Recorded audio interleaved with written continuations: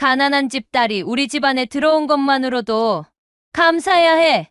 변호사 집안의 공장 노동자 딸이라니. 친구들한테 창피해서 어떻게 말하겠어? 3년간 시어머니의 모욕을 참아온 한 여자가 있었습니다. 그런데 그녀가 집을 나간 후 벌어진 일은 누구도 예상하지 못했습니다. 그렇게 싫으시면 나가겠어요. 앞으로 후회하실 텐데 그때는 이미 늦을 거예요. 과연 이 여자의 진짜 정체는 무엇이었을까요? 그리고 그녀를 쫓아낸 시어머니에게는 어떤 일이 벌어졌을까요? 시청 전에 구독과 좋아요 꼭 부탁드립니다. 영상 제작에 큰 힘이 됩니다. 가난한 집딸이 우리 집안에 들어온 것만으로도 감사해야 해. 황정숙의 날카로운 목소리가 거실 전체에 울려 퍼졌습니다. 58세의 그녀는 소파에 다리를 꼬고 앉아 며느리를 노려봤죠. 전직 법무법인 파트너 출신답게 차가운 지적인 외모를 갖고 있었지만 그 속에는 뿌리 깊은 계급의식이 자리 잡고 있었습니다. 이은지는 주방에서 설거지를 하던 손을 멈췄습니다. 벌써 오늘만으로도 몇 번째인지 셀 수 없는 모욕이었죠. 30세의 그녀는 고개를 숙이고 접시를 정리하며 깊은 한숨을 내쉬었습니다. 이미 3년째 반복되는 일상이었습니다. 변호사 집안의 공장 노동자 딸이라니. 친구들한테 창피해서 어떻게 말하겠어. 황정숙의 목소리가 더욱 거칠어졌습니다. 오늘은 특히 심했죠. 아침부터 친구들과의 모임에서 며느리 이야기가 나왔던 모양입니다. 너 때문에 우리 집안 체면이 다 깎였다고. 친구들이 뭐라고 하는지 아니. 황정숙은 티 한 잔을 들며 은지를 위아래로 훑어봤습니다. 마치 값을 매기듯 차가운 시선이었죠. 보기에도 촌스럽고 교양도 없고 이런 애가 우리 집 며느리라니 정말 창피해. 은지는 그릇을 세우는 손에 더욱 힘을 주었습니다. 도자기가 부딪히는 소리가 작게 났습니다. 어머님, 제가 부족한 건 인정하지만요. 부족한 게 아니라 아예 다른 세상 사람이야. 황정숙이 소리를 높였습니다. 우리 태민이가 얼마나 좋은 집안에서 자랐는지 아니. 아버지는 대형 법무법인 파트너였고 나도 법조인이었어. 그런데 공장 노동자 딸과 결혼하다니. 그때 현관문이 열리며 강태민이 들어왔습니다. 31살의 변호사인 남편의 얼굴에는 하루 종일 일한 피로가 역력했죠. 어머님, 은지가 뭘 잘못했다고 그러세요? 태민이 넥타이를 풀며 소파에 주저앉았습니다. 회사에서 돌아온 피로가 얼굴에 드러났죠. 잘못한 게 뭐냐고. 아들아, 너는 정말 답답하다. 황정숙이 한숨을 크게 쉬며 일어났습니다. 내 아내가 어디서 나고 자란 사람인지 잊었니? 공장에서 부품 만드는 집 딸이야. 그런 애를 며느리로 들여서 우리 집안이 얼마나 창피를 당하는지 몰라. 어머니 말씀이 맞아. 은지야, 너도 좀 생각해봐. 우리 집안 체면을 생각해서라도. 태민의 말에 은지의 손이 미세하게 떨렸습니다. 남편마저 시어머니 편을 드는 순간이었죠. 가슴 깊숙한 곳에서 차가운 실망이 올라왔습니다. 태민 씨, 저도 나름대로 최선을 다하고 있는데요. 최선을 다한다고 웃기지 마라. 황정숙이 냉소적으로 웃으며 끼어들었습니다. 아무리 노력해도 출신은 바뀌지 않아. 공장에서 부품이나 만드는 집안에서 자라난 게 뭘 알겠니? 은지는 입술을 꽉 깨물었습니다. 부모님에 대한 모독을 들으니 참을 수 없었죠. 하지만 참았습니다. 이미 익숙해진 인내였습니다. 친구들이 자꾸 물어봐. 며느리가 어디 집 딸이냐고. 그때마다 뭐라고 대답해야 하는지 몰라서 죽겠다. 황정숙은 은지를 위아래로 훑어봤습니다. 마치 불량품을 감별하듯 차가운 시선이었죠. 이런 애가 우리 집 며느리라니. 생각만 해도 화가 나. 황정숙의 목소리가 더욱 날카로워졌습니다. 은지는 그릇을 모두 정리하고 천천히 돌아섰습니다. 어머님, 제가 부족한 건 인정하지만 정직하게 살고 있는데요. 정직하게. 황정숙이 비웃음을 터뜨렸습니다. 공장에서 하루 종일 기름 냄새와 쇳가루에 절어 사는 사람들이 정직하다고. 그런 일이나 하는 사람들과 우리가 같은 레벨이라고 생각하니. 어머니. 태민이 제지하려 했지만 황정숙은 멈추지 않았습니다. 아들아, 이제 정말 한계야. 나는 더 이상 이 애를 우리 며느리로 인정할 수 없어. 공장 냄새가 몸에 배인 애가 법조인 집안에 어울린다고 생각해. 은지는 얼굴에 묘한 평온함을 띄었습니다. 마치 오랫동안 기다렸던 순간이 온 것 같은 표정이었죠. 그러시다면 어쩔 수 없네요. 은지의 목소리는 담담했습니다. 뭐라고? 황정숙이 눈을 크게 뜨며 은지를 쳐다봤습니다. 평소와 다른 은지의 반응에 당황한 듯 했습니다. 제가 이 집에 있는 것이 그렇게 싫으시다면 나가겠습니다. 은지의 목소리는 여전히 차분했습니다. 오히려 시어머니와 남편이 더 놀란 표정을 지었죠. 갑자기 무슨 소리야? 태민이 맥주캔을 내려놓으며 일어났습니다. 갑작스러운 것도 아니잖아요. 벌써 몇 년째 같은 얘기를 들어왔는데요. 은지는 앞치마를 풀며 말했습니다. 어머님께서 원하시는 대로 해드리겠습니다. 공장 노동자 딸은 이 집에 어울리지 않으니까요. 황정숙은 입을 벌린 채 은지를 바라봤습니다. 예상과 다른 반응에 당황스러워했죠. 내가 정말 나가라고 했다고. 네, 나가겠습니다. 은지의 대답은 확고했습니다. 그리고는 방으로 향했습니다. 태미는 그런 은지를 멍하니 바라봤습니다. 평소와 완전히 다른 아내의 모습에 혼란스러워했죠. 은지야, 잠깐만. 너 진짜야? 진짜입니다. 은지는 방문 앞에서 돌아보며 말했습니다. 3년 동안 참고 살았는데 이제 지쳤어요. 어머님께서 원하시는 대로 해드릴게요. 그리고는 방문을 닫았습니다. 거실에는 황정숙과 태민만 남았죠. 아들아, 이건 뭐야? 갑자기 왜 저래?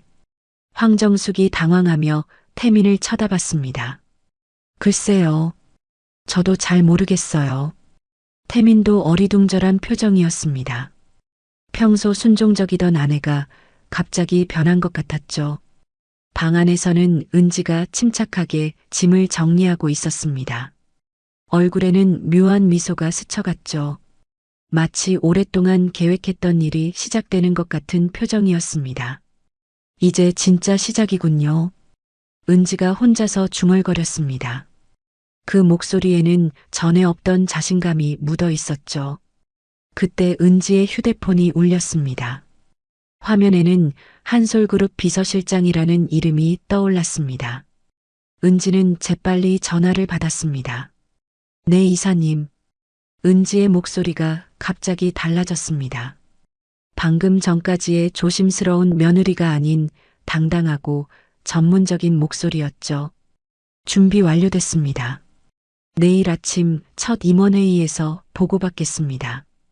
은지는 짐을 정리하며 계속 통화했습니다. 그리고 인사발령권은 어떻게 됐나요? 거실에서는 황정숙과 태민이 여전히 은지의 갑작스러운 변화에 대해 이야기하고 있었습니다. 하지만 두 사람 모두 방 안에서 벌어지고 있는 일에 대해서는 전혀 모르고 있었죠. 다음 날 아침 거실은 어색한 침묵으로 가득했습니다. 은지는 여행용 가방 2개를 끌고 나왔습니다. 평소보다 단정하게 차려입은 모습이었죠. 검은색 블라우스에 회색 정장 바지 그리고 깔끔하게 올린 머리가 어딘지 모르게 달라 보였습니다. 정말 나간다고. 태민이 식탁에서 커피를 마시다 말고 물었습니다. 아직도 믿어지지 않는다는 표정이었죠. 네, 정말 나갑니다. 은지의 대답은 여전히 담담했습니다. 오히려 시원해 보이기까지 했죠. 황정숙은 소파에서 팔짱을 끼고 은지를 쳐다봤습니다. 어젯밤 한 말을 후회하는 기색은 전혀 없었습니다. 그래 나가. 어차피 이 집은 내가 있을 곳이 아니었어. 은지야 그런데 갈 곳은 있어. 태민이 걱정스럽게 물었습니다. 하지만 그 걱정도 진심이라기보다는 형식적인 것 같았죠. 걱정하지 마세요. 제가 알아서 할게요. 은지는 가방 손잡이를 잡으며 말했습니다. 알아서 한다고. 공장 노동자 딸이 어디 가서 뭘 할 수 있겠어. 황정숙이 비웃으며 말했습니다. 그것도 제가 알아서 하겠습니다. 은지는 현관문 쪽으로 향했습니다. 그때 태민이 갑자기 일어났습니다. 은지야 잠깐만. 뭔가요? 은지가 돌아서며 물었습니다. 태민은 서재에서 서류 뭉치를 가져왔습니다. 이혼 서류였죠. 이거 작성해 둔 거야. 태민이 서류를 은지에게 내밀었습니다. 벌써 준비해 두셨네요. 은지는 놀라지도 않았습니다. 오히려 예상했다는 듯 차분히 받아들였죠. 어차피 이렇게 될 거였잖아. 서로에게 좋은 일이야. 태민은 시선을 피하며 말했습니다. 죄책감과 안도감이 뒤섞인 복잡한 표정이었죠. 맞아 아들아. 이제야 정신 차렸네. 황정숙이 의기양양하게 끼어들었습니다. 드디어 우리 집안에서 저런 애를 떼어낼 수 있게 됐어. 은지는 이혼 서류를 펼쳐봤습니다. 이미 태민의 서명이 되어 있었죠. 언제 작성하신 거예요? 어젯밤에 어머니와 상의해서. 태민의 대답은 솔직했습니다. 어떤 미안함도 없는 목소리였죠. 그렇군요. 은지는 가방에서 펜을 꺼냈습니다. 그리고 주저없이 서명을 했습니다. 이제 자유예요. 태민이 안도의 한숨을 쉬며 말했습니다. 그래. 이제 내가 어디 가서 공장 일을 하든 뭘 하든 상관없어. 우리 집안과는 아무 관계 없으니까. 황정숙이 차갑게 말했습니다. 은지는 서명이 끝난 서류를 태민에게 돌려주었습니다. 잘 지내세요. 그리고는 가방을 끌고 현관문을 열었습니다. 잠깐 은지야. 태민이 다시 불렀습니다. 아직 뭔가 있어요. 은지가 문턱에서 돌아봤습니다. 그냥 미안해. 태민의 사과는 진심처럼 들렸지만 이미 늦었죠. 괜찮아요. 이게 최선인 것 같아요. 은지는 문을 열고 나가려 했습니다. 그때 황정숙이 마지막으로 한마디 던졌습니다. 나중에 후회하지 마. 우리 같은 집안을 차버린 걸. 후회요. 은지가 문턱에서 멈춰서며 돌아봤습니다. 얼굴에는 미묘한 미소가 있었죠. 전 후회 안 할 것 같은데요. 뭐라고? 황정숙이 눈살을 찌푸렸습니다. 오히려 이제야 진짜 제 인생을 시작할 수 있을 것 같아요. 은지의 목소리에는 이상한 자신감이 묻어났습니다. 무슨 소리야? 너 같은 애가 뭘 할 수 있다고. 황정숙이 비웃으며 말했습니다. 곧 알게 되실 거예요. 은지는 그 말을 마지막으로 문을 닫았습니다. 거실에 남은 황정숙과 태민은 어리둥절한 표정으로 서로를 쳐다봤습니다. 아들아, 마지막에 은지 표정 봤어. 뭔가 이상하지 않았니? 황정숙이 불안하게 물었습니다. 저도 그런 느낌이 들었어요. 평소와 너무 달랐어요. 태민이 고개를 끄덕였습니다. 뭐가 달라? 허세 부리는 거지 뭐. 공장 노동자 딸이 나가서 뭘 할 수 있겠어. 황정숙은 손을 휘저으며 말했지만 마음 한편으로는 찜찜함이 남아 있었습니다. 한편 아파트 밖으로 나온 은지는 택시를 기다리고 있었습니다. 휴대폰이 울렸죠. 네, 은지입니다. 은지의 목소리는 전화를 받자마자 달라졌습니다.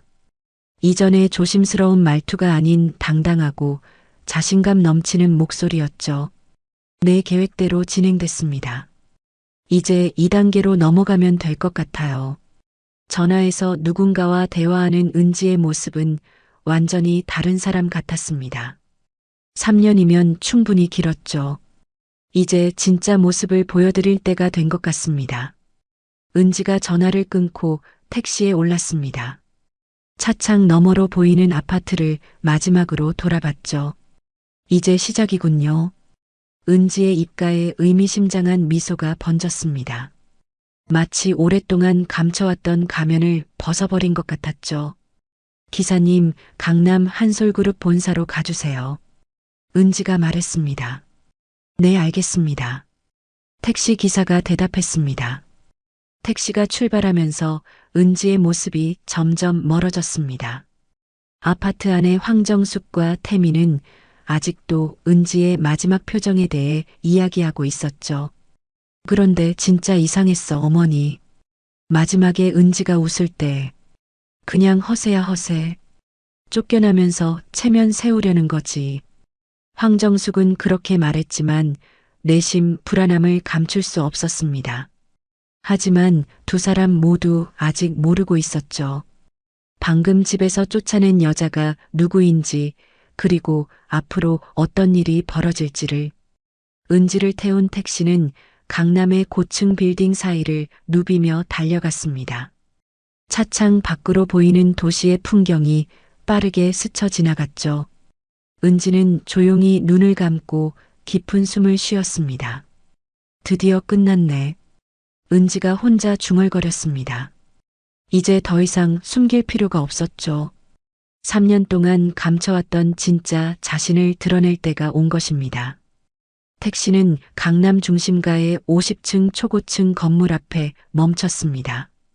유리와 철골로 이루어진 현대적인 건물이 햇빛에 반짝였습니다. 한솔그룹이라는 거대한 로고가 건물 전면에 빛나고 있었죠. 은지는 가방을 들고 택시에서 내렸습니다. 건물 입구에서 경비원들이 깍듯하게 인사했습니다. 회장님, 따님 안녕하십니까? 경비원들의 인사에 은지가 고개를 끄덕였습니다. 수고하세요. 은지의 목소리는 자연스럽고 당당했습니다. 마치 원래부터 이곳의 주인이었던 것처럼 말이죠. 로비를 지나며 직원들이 하나둘씩 인사했습니다. 이사님 출근하셨네요. 안녕하세요, 이사님. 은지는 모든 인사에 자연스럽게 응했습니다. 3년 전과는 완전히 다른 모습이었죠. 엘리베이터가 도착하자 은지는 최상층 버튼을 눌렀습니다. 50층 회장실로 향하는 길이었습니다. 엘리베이터 안에서 은지는 거울에 비친 자신의 모습을 봤습니다. 더 이상 숨을 필요가 없는 진짜 자신의 모습이었죠. 엘리베이터 문이 열리자 넓은 비서실이 나타났습니다. 이사님 어서 오세요. 회장님께서 기다리고 계십니다. 비서가 정중하게 인사했습니다. 할아버지 컨디션은 어떠세요? 괜찮으세요? 어제도 새벽까지 회사에 보셨거든요. 은지는 미소를 지으며 회장실 문을 열었습니다. 넓고 고급스러운 회장실 안에서 70대 중반의 노인이 서류를 보고 있었죠. 할아버지 왔어요. 은지가 밝게 인사했습니다. 노인은 고개를 들어 손녀를 바라봤습니다. 그의 눈에는 자랑스러움이 가득했죠. 우리 은지 왔구나. 어떻게 됐니? 할아버지가 서류를 내려놓으며 물었습니다. 실전 경험 완료했습니다. 은지가 의자에 앉으며 답했습니다. 3년 동안 일반인으로 살아보라고 하셨던 과제 말이에요. 그래, 많이 힘들었지. 할아버지의 목소리에는 미안함이 섞여 있었습니다. 괜찮았어요. 덕분에 사람을 제대로 볼 수 있게 됐거든요. 은지의 목소리에는 특별한 감정이 묻어 있었습니다. 그동안 어떤 일이 있었는지 할아버지는 대략 짐작하고 있었죠. 이제 정식으로 회사 일 시작해도 되겠구나. 네, 준비됐어요. 은지가 고개를 끄덕였습니다. 그럼 내일부터 전무이사로 발령 내겠다. 3년간 기다린 보람이 있었으면 좋겠구나. 은지는 창밖을 바라봤습니다. 서울 시내가 한눈에 내려다 보이는 전망이었죠. 할아버지 한 가지 부탁이 있어요. 뭔데? 며칠 있으면 법무법인에서 우리 회사와 계약하려고 올 거예요. 그때 제가 직접 미팅하고 싶어요. 할아버지가 의미심장하게 웃었습니다. 혹시 아는 곳인가?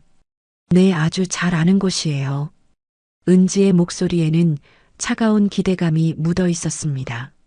알겠다. 내가 알아서 해라. 감사해요, 할아버지. 은지가 일어서며 인사했습니다. 이제 정말 시작이었죠. 비서실로 나온 은지에게 비서가 다가왔습니다. 이사님, 강태민 변호사가 속한 법무법인에서 미팅 요청이 왔습니다. 은지의 입가에 미소가 번졌습니다. 예정보다 빠르네요. 언제로 잡혔나요? 다음 주 금요일 오전 10시입니다. 좋습니다. 큰 회의실로 준비해 주세요. 은지가 지시했습니다. 그리고 참석자는 저 혼자면 됩니다. 네, 알겠습니다. 비서가 메모를 하며 답했습니다. 은지는 자신의 사무실로 향했습니다. 전무이사 이은지라는 명패가 붙은 넓은 사무실이었죠. 책상에 앉아 서울 시내를 내려다보며 은지는 생각에 잠겼습니다. 3년 동안 참고 견뎌온 모든 모욕과 멸시가 떠올랐죠. 곤모, 계속 써줘. 계속 써줘. 든 것에 대한 대가를 치르게 될 것입니다. 은지가 혼자 중얼거렸습니다. 한편 집에서는 황정숙과 태민이 여전히 불안해하고 있었습니다. 정말 이상했어, 아들아. 은지가 나갈 때 표정이. 어머니 그냥 허세였을 거예요. 쫓겨나는 상황에서 체면이라도 세우려고 한 거죠. 하지만 황정숙의 불안감은 쉽게 가시지 않았습니다. 뭔가 놓친 게 있는 것 같은 기분이었죠. 며칠이 지나도 은지에 대한 소식은 전혀 들려오지 않았습니다. 마치 공기처럼 사라져버린 것 같았죠. 동네 사람들조차 은지가 어디로 갔는지 아무도 몰랐습니다.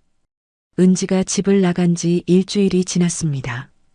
동네 사람들 사이에서는 소문이 돌기 시작했죠. 태민네 며느리가 쫓겨났다는 이야기였습니다. 아파트 관리사무소 앞에서 아줌마들이 수군거렸습니다. 그러게 시어머니가 공장 노동자 딸이라고 못마땅해 했다던데. 정말 가엾더라. 그래도 3년 동안 잘 살았는데. 이런 이야기들이 황정숙의 귀에 들어왔습니다. 슈퍼마켓에서 약국에서 어디를 가든 시선이 따갑게 느껴졌죠. 어머니 사람들이 자꾸 쳐다보는 것 같아요. 태민이 불편해하며 말했습니다. 쳐다보면 어때? 우리가 잘못한 게 있니? 황정숙은 강하게 말했지만 내심 신경이 쓰였습니다. 그런데 은지는 어디 있는지 연락도 안 오네요. 태민이 궁금해했습니다. 연락 올 필요도 없어. 이제 남인데. 황정숙은 단호하게 말했지만 이상하게 은지가 신경 쓰였습니다. 마지막에 보였던 그 침착함과 자신감이 계속 머릿속에 맴돌았죠. 한편 은지의 친구 미정은 동네 카페에서 다른 사람들과 얘기를 나누고 있었습니다. 은지가 정말 불쌍해. 그렇게 시어머니한테 구박받더니. 미정이 한숨을 쉬며 말했습니다. 그런데 신기한 게 있어. 은지가 집에서 나올 때 전혀 슬퍼 보이지 않았대. 누군가가 말했습니다. 정말요. 보통 이런 일 당하면 울고불고 난리인데. 미정이 놀라며 물었습니다. 오히려 홀가분해 보였다던데. 마치 기다렸다는 듯이. 미정도 고개를 끄덕였습니다. 맞아. 나도 그 얘기 들었어. 택시 타고 갈 때도 웃고 있었다던데. 이상하네. 보통 사람이라면 그럴 수가 없는데. 사람들은 은지의 반응에 대해 의아해했습니다. 보통의 며느리라면 울며불며 매달렸을 텐데 은지는 너무 담담했던 것입니다. 그런데 은지가 어디로 간 거지? 친정도 없는데. 미정이 걱정스럽게 물었습니다. 글쎄, 아무도 모르더라. 연락처도 바뀐 것 같고. 은지는 마치 공기처럼 사라져버린 상태였습니다. 아무도 어디 있는지 뭘 하고 있는지 알 수 없었죠. 며칠 후 태민은 법무법인에서도 눈치를 받기 시작했습니다. 태민아, 집안일 잘 해결됐어. 선배가 은근히 물어봤습니다. 네, 뭐 그냥 정리됐습니다. 태민은 애매하게 대답했습니다. 부인이 갑자기 나갔다던데 좀 이상하지 않아? 동료들도 하나둘씩 관심을 보이기 시작했습니다. 그냥 개인적인 사정이 있어서요. 태민은 더 이상 말하고 싶지 않았습니다. 하지만 사람들의 시선은 여전히 따가웠죠. 집에 돌아온 태민은 황정숙에게 말했습니다. 어머니, 사람들이 너무 많이 물어봐요. 좀 부담스러워요. 부담스러우면 어때? 우리가 옳은 일한 거야. 황정숙은 여전히 강경했습니다. 그런데 정말 이상해요. 은지가 연락 한 번 안 온다는 게. 태민이 의아해했습니다. 연락 올 필요 없다니까. 이제 남이야 남. 하지만 황정숙도 속으로는 궁금했습니다. 은지가 어떻게 지내고 있는지, 정말 괜찮은지. 그런데 그 순간 현관 초인종이 울렸습니다. 누구지? 태민이 인터폰을 확인해 봤습니다. 아, 미정 씨네. 은지의 친구인 미정이 찾아온 거였습니다. 들어와. 황정숙이 문을 열어줬습니다. 안녕하세요. 잠깐 여쭤볼 게 있어서 왔어요.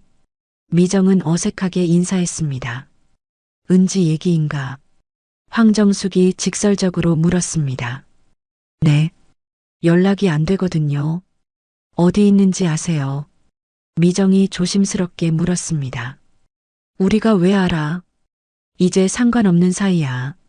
황정숙의 답변은 차가웠습니다. 그래도 3년 동안 가족이었는데 안부는 궁금하지 않으세요?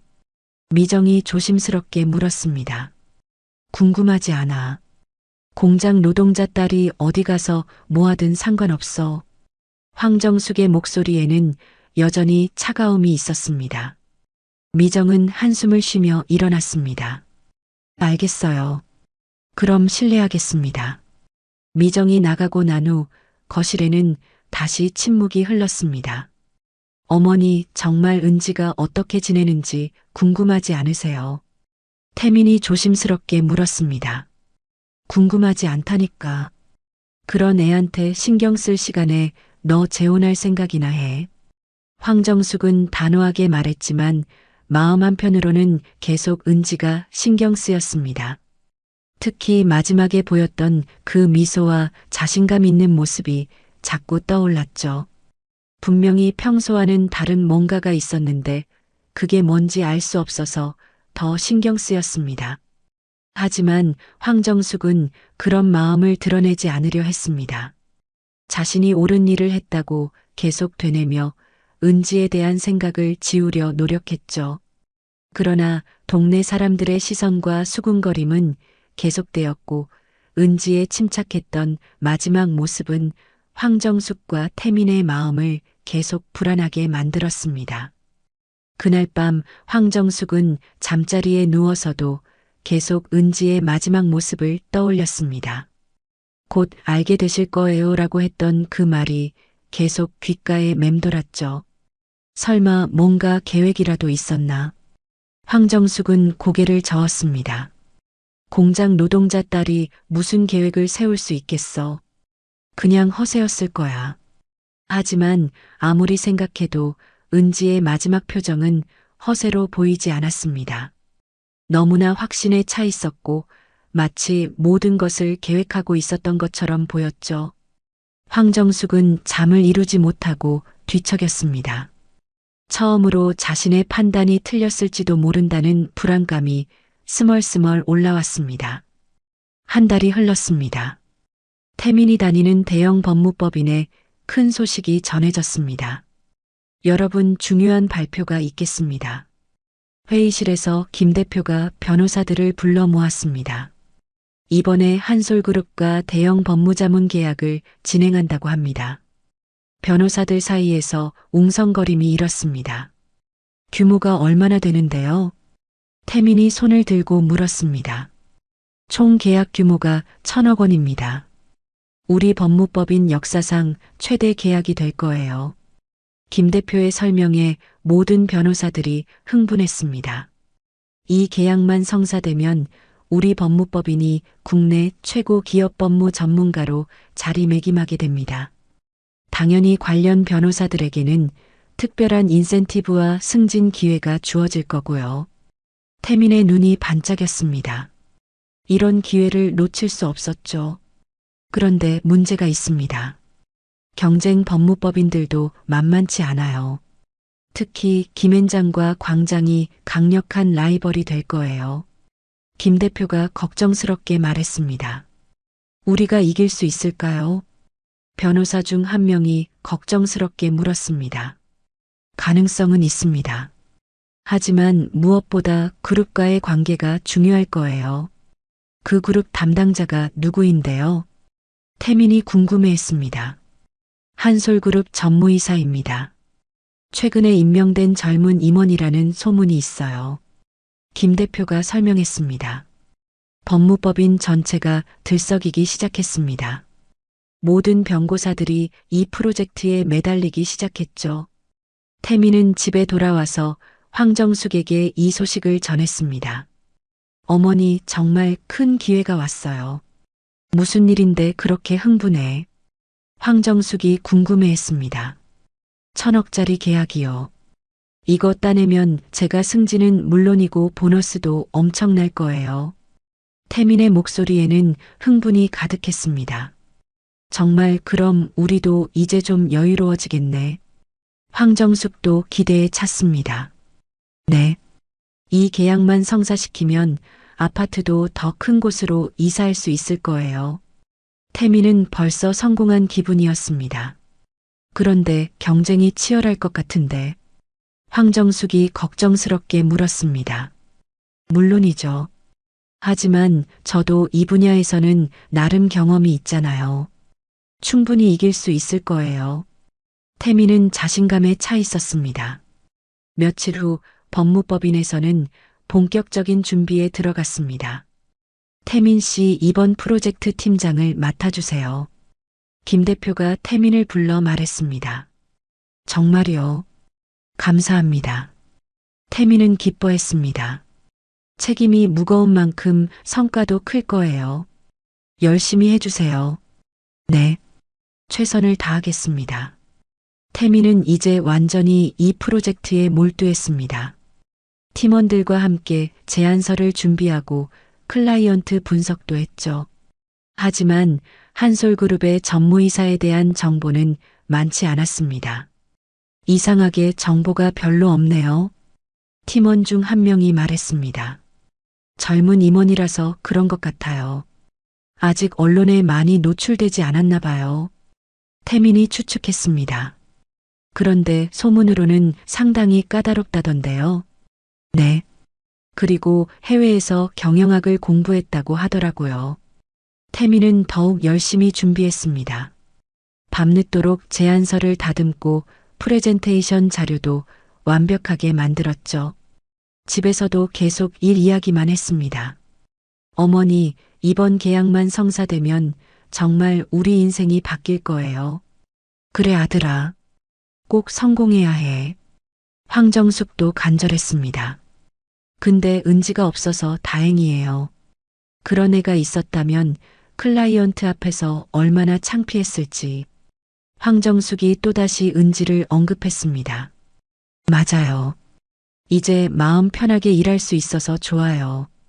태민도 동조했지만 가끔 은지가 생각났습니다. 어떻게 지내고 있을지 괜찮은지. 하지만 그런 생각을 금세 떨쳐버렸습니다. 지금은 이 중요한 계약에만 집중해야 했으니까요. 드디어 계약 미팅 날짜가 정해졌습니다. 다음 주 금요일 한솔그룹 본사에서 최종 프레젠테이션이 있을 예정입니다. 김 대표가 발표했습니다. 장소는 어디인가요? 태민이 물었습니다. 강남 한솔그룹 본사입니다. 50층 건물이더라고요. 모든 변호사들이 긴장하기 시작했습니다. 이제 정말 중요한 순간이 다가오고 있었죠. 태민은 집에 돌아와서 황정숙에게 말했습니다. 어머니, 드디어 다음 주에 운명의 날이에요. 떨리겠다. 그런데 꼭 성공할 수 있을 거야. 황정숙이 격려했습니다. 네. 저도 그렇게 생각해요. 이렇게 열심히 준비했는데 안 될 리가 없죠. 태민은 자신감에 차 있었습니다.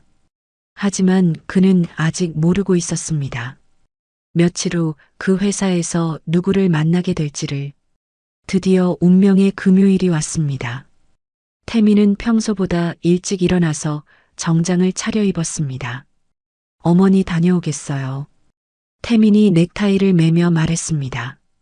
꼭 성공하고 와. 우리 인생이 바뀌는 날이야. 황정숙이 아들을 격려했습니다. 네. 걱정 마세요. 이렇게 준비했는데 못 이길 리 없어요. 태민은 자신감이 넘쳤습니다. 법무법인에서도 모든 변호사들이 긴장한 분위기였습니다. 태민 씨 준비 다 됐죠? 김 대표가 확인했습니다. 네, 완벽합니다. 프레젠테이션 자료도 마지막으로 점검했고요. 그럼 출발합시다. 늦으면 안 되니까. 법무법인 팀이 한솔그룹 본사로 향했습니다.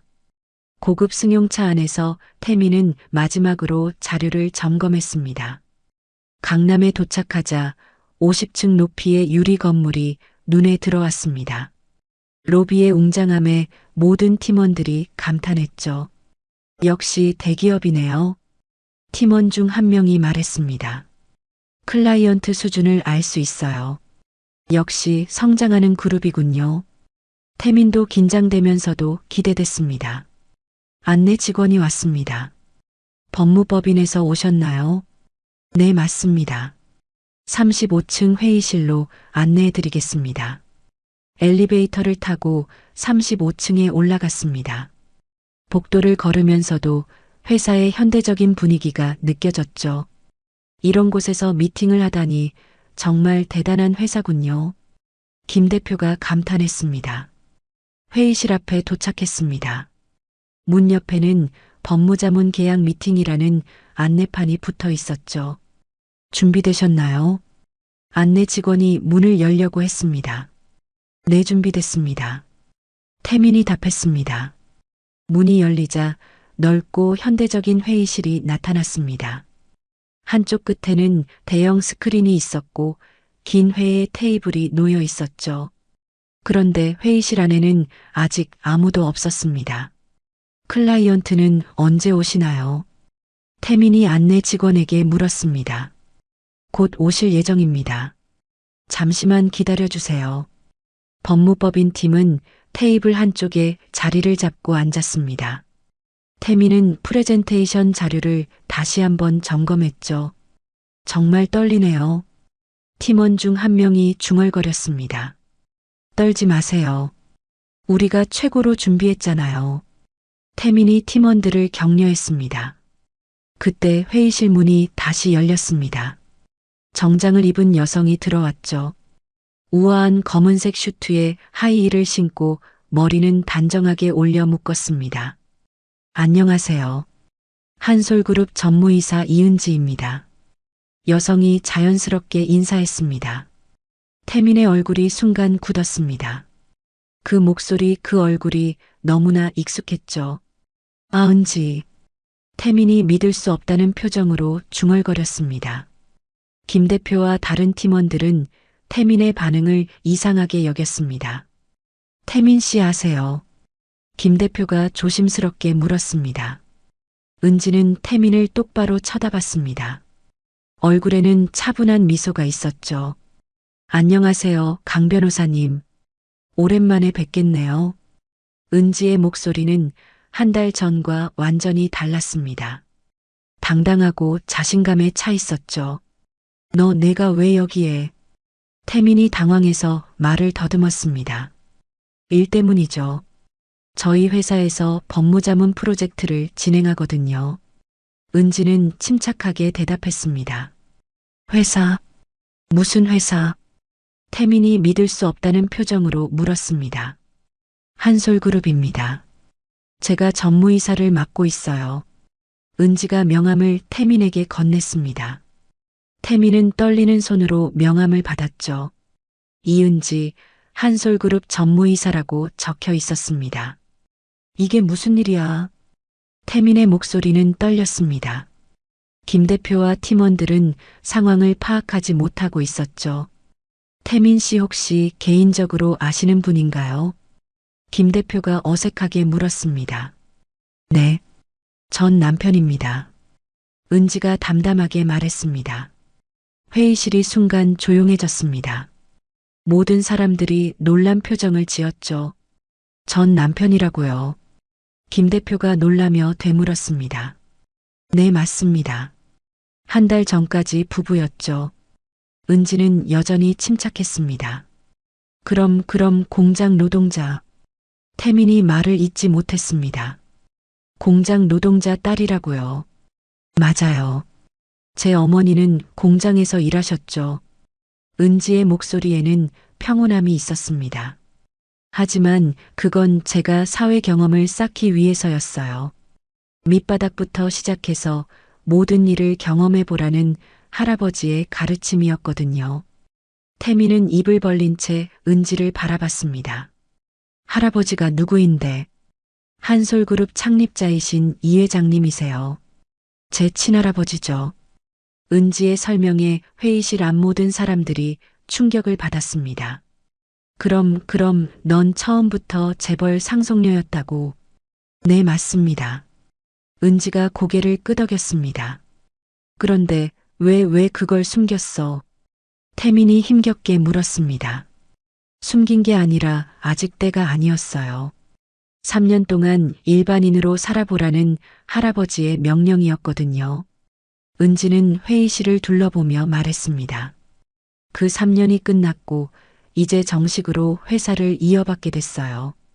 태민의 얼굴이 창백해졌습니다. 자신이 무엇을 했는지 깨닫기 시작했죠. 은지야, 나는. 태민이 말하려 했지만 은지가 손을 들어 제지했습니다.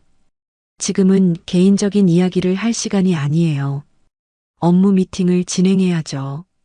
은지는 의자에 앉으며 말했습니다. 그럼 법무법인의 프레젠테이션을 들어보겠습니다. 태민은 아직도 충격에서 헤어나오지 못했습니다. 손이 떨려서 자료를 제대로 잡을 수도 없었죠. 태민 씨 괜찮으세요?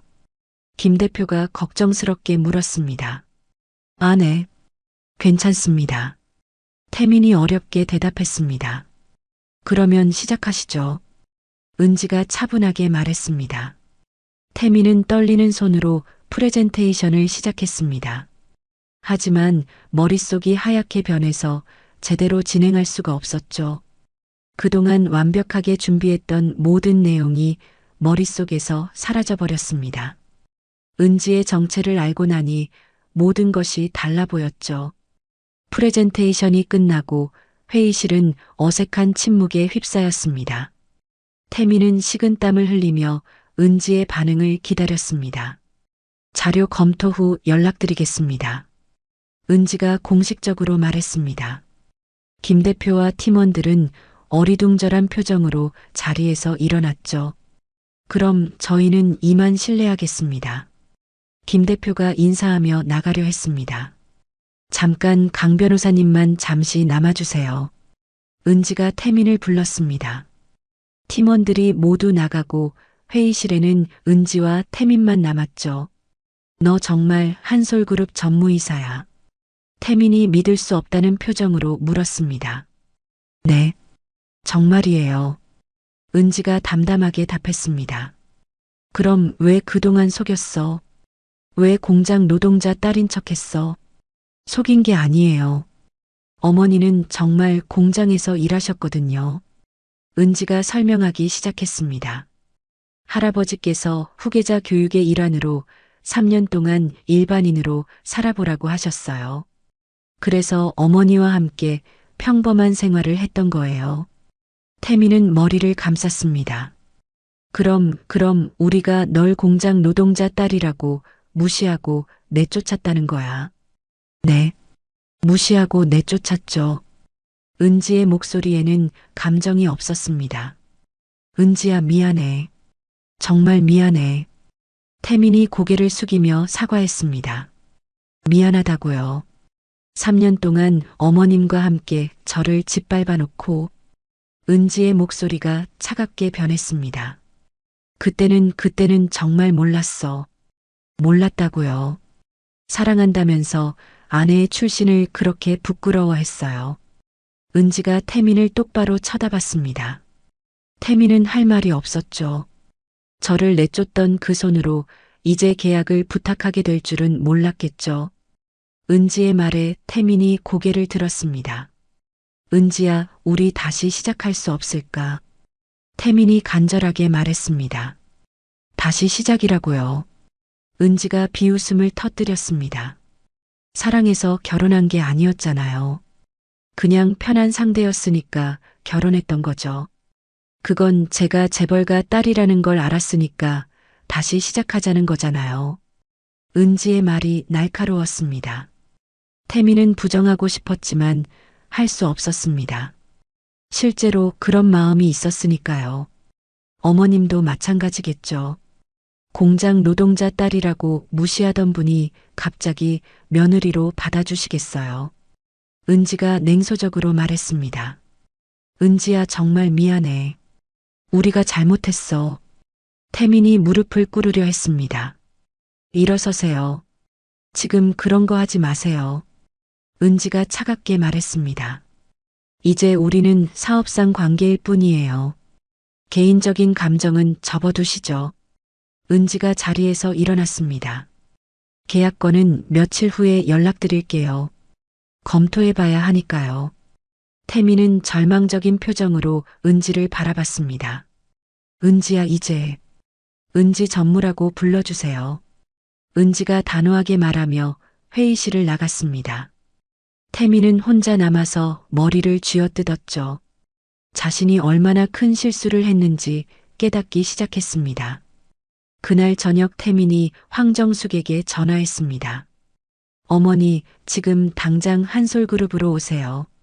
무슨 일인데 그렇게 급해? 은지 때문입니다. 은지가 뭐 어떻다고. 제발 지금 당장 오세요. 태민의 절박한 목소리에 황정숙은 서둘러 한솔그룹으로 향했습니다. 50층 건물 앞에서 황정숙은 태민을 만났죠. 아들아, 도대체 무슨 일이야? 어머니, 앉으세요. 태민이 로비 의자에 앉으며 말했습니다. 은지가 이 회사 전무이사래요. 뭐라고? 황정숙이 믿을 수 없다는 표정으로 소리쳤습니다. 한솔그룹 창업주 손녀래요. 태민의 목소리는 힘이 없었습니다. 그럼 우리가. 황정숙의 얼굴이 창백해졌습니다. 공장 노동자 딸이라고 무시하고 내쫓았죠. 태민이 고개를 숙였습니다. 황정숙은 주저앉았습니다. 자신이 무엇을 했는지 깨달으니 앞이 캄캄했죠.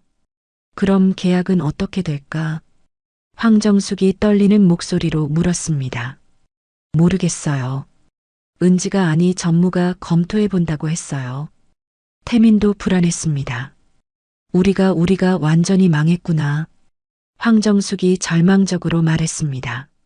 며칠 후 법무법인에 연락이 왔습니다. 법무법인입니다. 네. 한솔그룹에서 연락드렸습니다. 계약건으로 최종 답변을 드리고 싶은데요. 김 대표가 전화를 받았습니다. 아, 네. 좋은 소식이겠죠. 김 대표는 기대에 찼습니다. 아쉽게도 이번 계약은 진행하지 않기로 결정했습니다. 전화기 너머로 차가운 목소리가 들려왔습니다. 네. 뭐라고요? 김 대표가 믿을 수 없다는 표정을 지었습니다. 검토 결과 저희 기준에 부합하지 않는다고 판단됐습니다.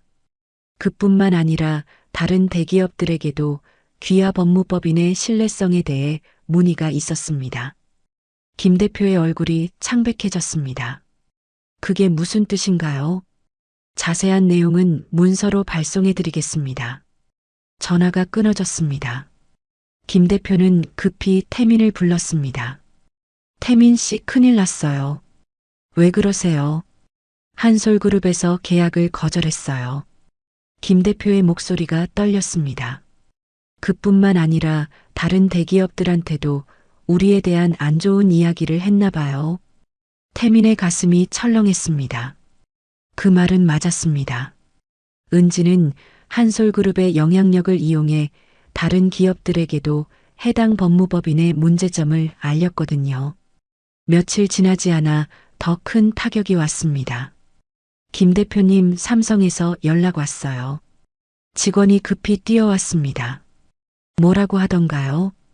기존 계약 해지한다고 합니다. 뭐라고? 김 대표가 소리쳤습니다. LG에서도 같은 연락이 왔고 SK에서도 마찬가지래요. 법무법인이 하루아침에 주요 클라이언트들을 모두 잃은 것입니다. 이 모든 게 은지의 한마디 때문이었죠. 법무법인 전체가 패닉 상태에 빠졌습니다. 태민 씨 이거 어떻게 된 거예요? 팀원들이 태민을 몰아세웠습니다. 개인적인 문제 때문에 회사 전체가 망하게 생겼잖아요. 태민은 할 말이 없었습니다. 며칠 후 더 나쁜 소식이 들려왔습니다. 태민 씨 죄송합니다. 김 대표가 태민을 불렀습니다. 왜요? 회사에서 구조조정을 하기로 했어요. 태민의 가슴이 철렁했습니다. 설마 제가... 네. 이번 사건에 책임을 져야 한다고 하네요. 태민은 믿을 수 없었습니다. 대표님 저 때문이 아니잖아요. 하지만 결정된 일이에요. 정말 죄송해요. 태민은 법무법인에서 쫓겨났습니다. 10년 동안 다니던 회사에서 하루아침에 해고된 거였죠. 집에 돌아온 태민은 황정숙에게 말했습니다. 어머니, 저 해고됐어요. 뭐라고? 황정숙이 믿을 수 없다는 표정을 지었습니다. 네. 은지 때문에 회사 전체가 망했어요. 황정숙은 주저앉았습니다. 우리가 뭘 한 거야? 후회해도 이미 늦었습니다. 한편 은지는 한솔그룹 전무이사실에서 여유롭게 커피를 마시고 있었습니다. 전무님 법무법인이 경영난에 처했습니다. 비서가 보고했습니다. 그렇군요. 예상했던 일이에요. 은지는 담담했습니다. 그리고 강태민 씨도 해고됐다고 합니다. 은지의 입가에 미소가 번졌습니다. 3년 동안 받은 모욕의 대가를 치르는 거네요. 은지가 창밖을 바라보며 말했습니다. 몇 달 후 황정숙과 태민의 상황은 더욱 나빠졌습니다. 태민은 취업을 하려고 했지만 쉽지 않았습니다. 한솔그룹의 영향력은 생각보다 컸고 은지가 조용히 압력을 넣고 있었거든요. 아들아 어떻게 됐니? 황정숙이 불안하게 물었습니다. 또 떨어졌어요. 면접까지 봤는데 갑자기 연락이 안 와요. 태민은 지쳐 있었습니다.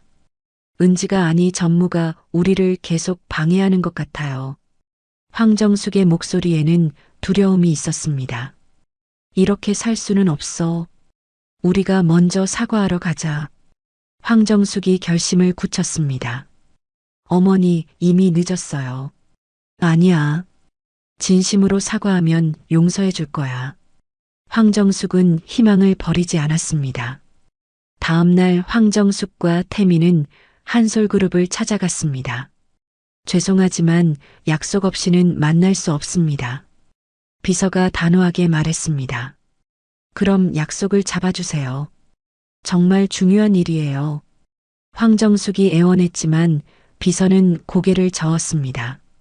전무님께서 개인적인 만남은 사양한다고 하셨습니다. 제발이요. 5분만이라도. 황정숙이 무릎을 꿇으려 했습니다. 어머니. 태민이 황정숙을 말렸습니다. 그때 은지가 엘리베이터에서 내려왔습니다. 황정숙과 태민을 보자 잠시 멈췄죠. 여기서 뭐 하세요? 은지가 차갑게 물었습니다. 은지야 아니 전무님 잠깐만 얘기할 수 있을까요? 황정숙이 간청했습니다. 할 말 없어요. 은지가 지나가려 했습니다. 제발이요. 우리가 잘못했어요. 진심으로 사과할게요. 황정숙이 은지의 앞을 막았습니다. 사과로 모든 게 해결될 거라고 생각하세요. 은지가 냉소적으로 웃었습니다. 그럼 어떻게 해야 해요? 뭘 원하세요? 황정숙이 절박하게 물었습니다. 아무것도 원하지 않아요. 그냥 각자 살면 되잖아요. 은지의 말에 황정숙이 절망했습니다. 우리가 어떻게 살아요? 그건 제가 상관할 일이 아니에요. 은지가 냉정하게 말하며 지나갔습니다. 황정숙과 태민은 그 자리에 서서 은지의 뒷모습을 바라봤습니다.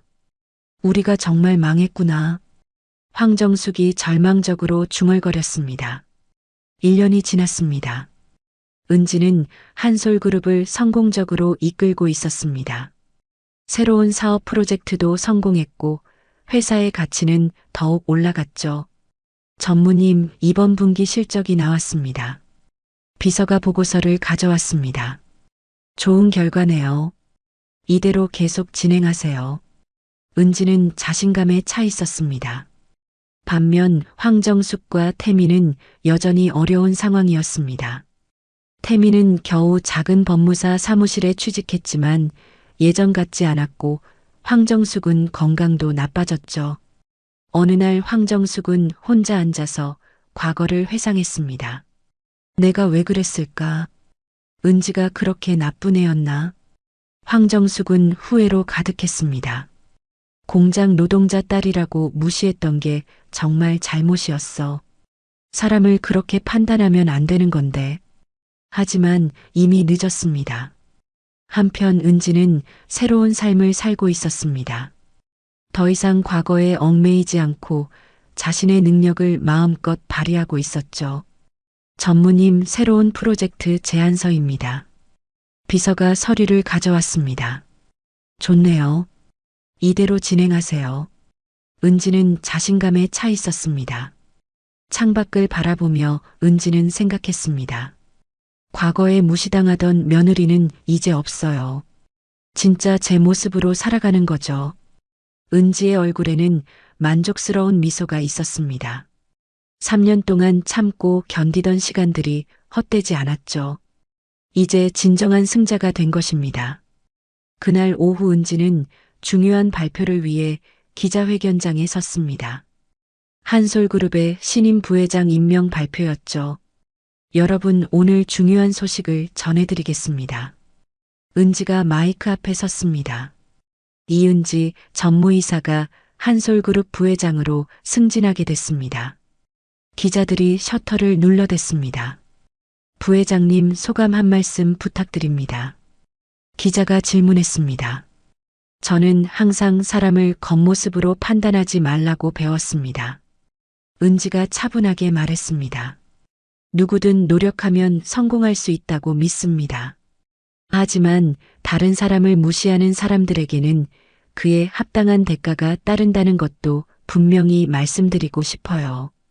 은지의 말에 기자들이 웅성거렸습니다. 특별한 경험이 있으셨나요? 다른 기자가 물었습니다. 3년 동안 일반인으로 살면서 많은 것을 배웠습니다. 특히 사람의 진짜 모습을 볼 수 있는 눈을 갖게 됐죠. 은지는 의미심장하게 웃었습니다. 가난을 무시하는 사람들에게 진짜 가난이 무엇인지 가르쳐 주는 것도 교육이라고 생각합니다. 그 순간 TV를 보던 황정숙과 태민은 경악했습니다. 저게 은지야. 황정숙이 떨리는 목소리로 말했습니다. 부회장이 됐네요. 태민도 충격에 빠졌습니다. 완전히 끝났구나. 황정숙이 절망적으로 말했습니다.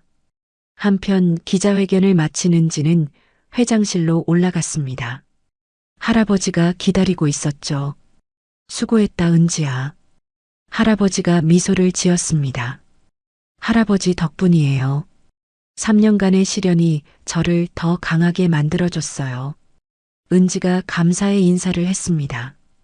이제 정말 우리 그룹을 이끌어갈 준비가 됐구나. 네.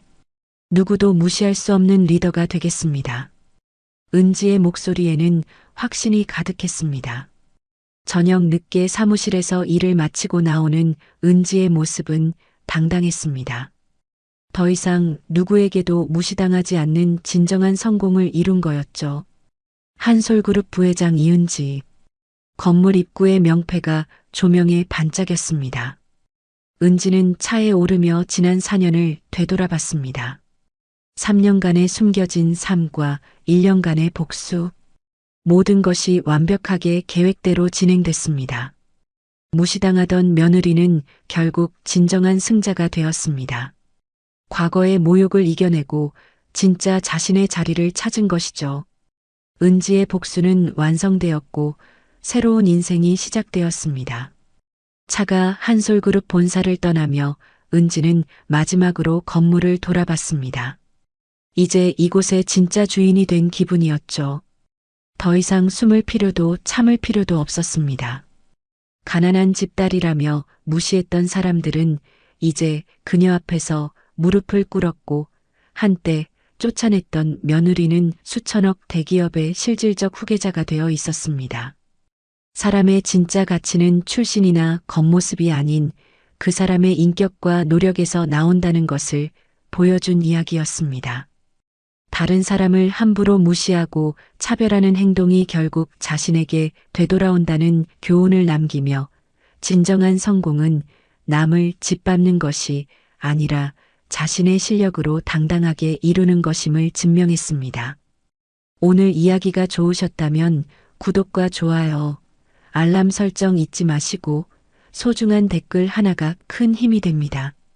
시청해 주셔서 진심으로 감사드립니다.